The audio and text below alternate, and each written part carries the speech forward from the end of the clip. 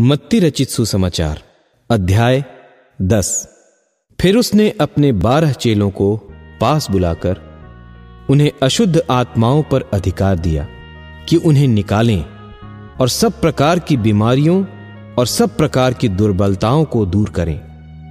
और 12 प्रेरितों के नाम ये हैं: पहला शिमोन, जो पतरस कहलाता है, और उसका भाई अंद्रियास, जब्दी का पुत्र याकूब, और उसका भाई यूहन्ना, फिलिप्पुस और बरतुल्मै, थोमा और महसूल लेने वाला मत्ती, हल्फै का पुत्र याकूब और तद्दै, शिमोन कनानी और यहूदा इस्कारियोती, जिसने उसे पकड़वा भी दिया। इन 12 को यीशु ने यह आज्ञा देकर भेजा कि अन्य जातियों की ओर न जाना और सामरियों के किसी नगर में प्रवेश न करना, परंतु इस्राएल के घराने ही की खोई हुई भेड़ों के पास जाना।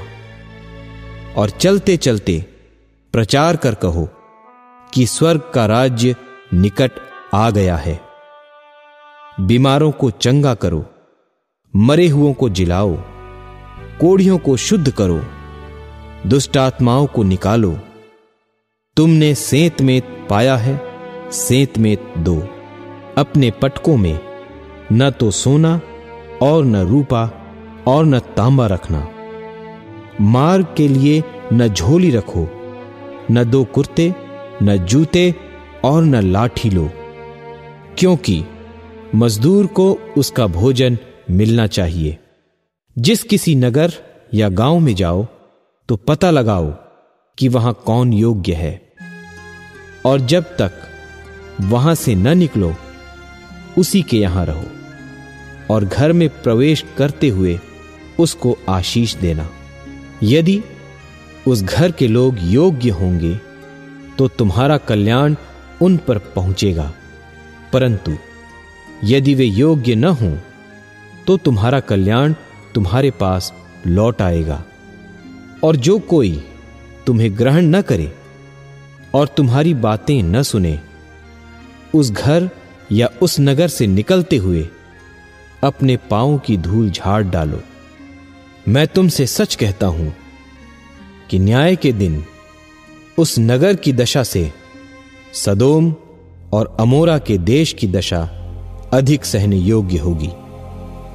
देखो, मैं तुम्हें भेड़ों की नाई भेड़ियों के बीच में भेजता हूं। सो सांपों की नाई बुद्धिमान और कबूतरों की नाई भोले बनो, परंतु लोगों से सावधान रहो, क्योंकि वे तुम्हें महासभाओं में सौंपेंगे और अपनी पंचायतों में तुम्हें कोड़े मारेंगे। तुम मेरे लिए हाकिमों और राजाओं के सामने उन पर और अन्य जातियों पर गवाह होने के लिए पहुंचाए जाओगे। जब वे तुम्हें पकड़वाएंगे तो यह चिंता न करना कि हम किस रीति से या क्या कहेंगे, क्योंकि जो कुछ तुमको कहना होगा वह उसी घड़ी तुम्हें बता दिया जाएगा। क्योंकि बोलने वाले तुम नहीं हो, परंतु तुम्हारे पिता का आत्मा तुम में बोलता है।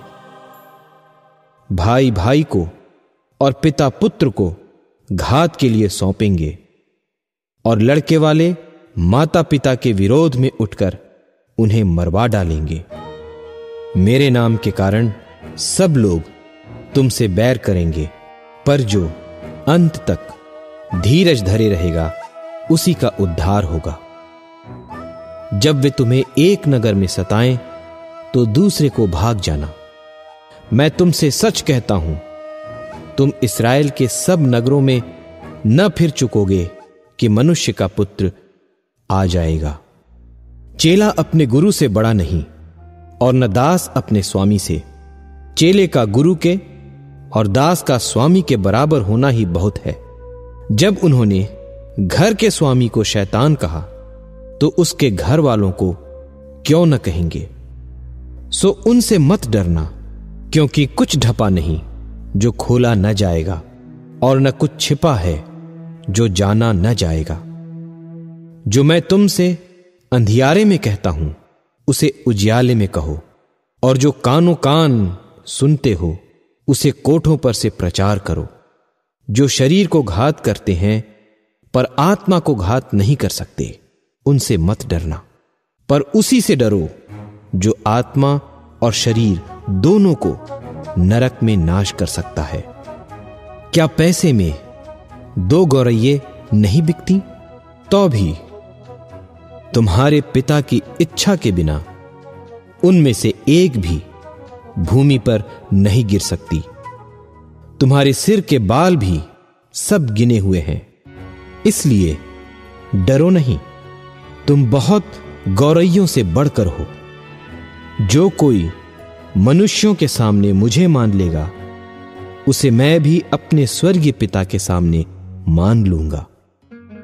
पर जो कोई मनुष्यों के सामने मेरा इनकार करेगा, उससे मैं भी अपने स्वर्गीय पिता के सामने इनकार करूंगा।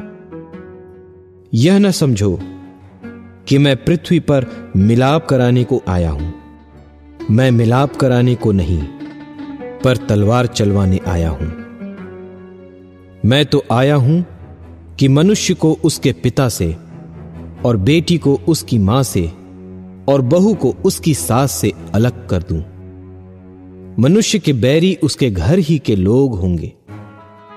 जो माता या पिता को मुझसे अधिक प्रिय जानता है, वह मेरे योग्य नहीं, और जो बेटा या बेटी को मुझसे अधिक प्रिय जानता है, वह मेरे योग्य नहीं। और जो अपना क्रूस लेकर मेरे पीछे न चले, वह मेरे योग्य नहीं। जो अपने प्राण बचाता है, वह उसे खोएगा, और जो मेरे कारण अपना प्राण खोता है, वह उसे पाएगा। जो तुम्हें ग्रहण करता है, वह मुझे ग्रहण करता है, और जो मुझे ग्रहण करता है, वह मेरे भेजने वाले को ग्रहण करता है। जो भविष्यद्वक्ता को भविष्यद्वक्ता जानकर ग्रहण करे, वह भविष्यद्वक्ता का बदला पाएगा, और जो धर्मी जानकर धर्मी को ग्रहण करे, वह धर्मी का बदला पाएगा। जो कोई इन छोटों में से एक को चेला जानकर केवल 1 कटोरा ठंडा पानी पिलाए, मैं तुमसे सच कहता हूं, वह किसी रीति से अपना प्रतिफल न खोएगा।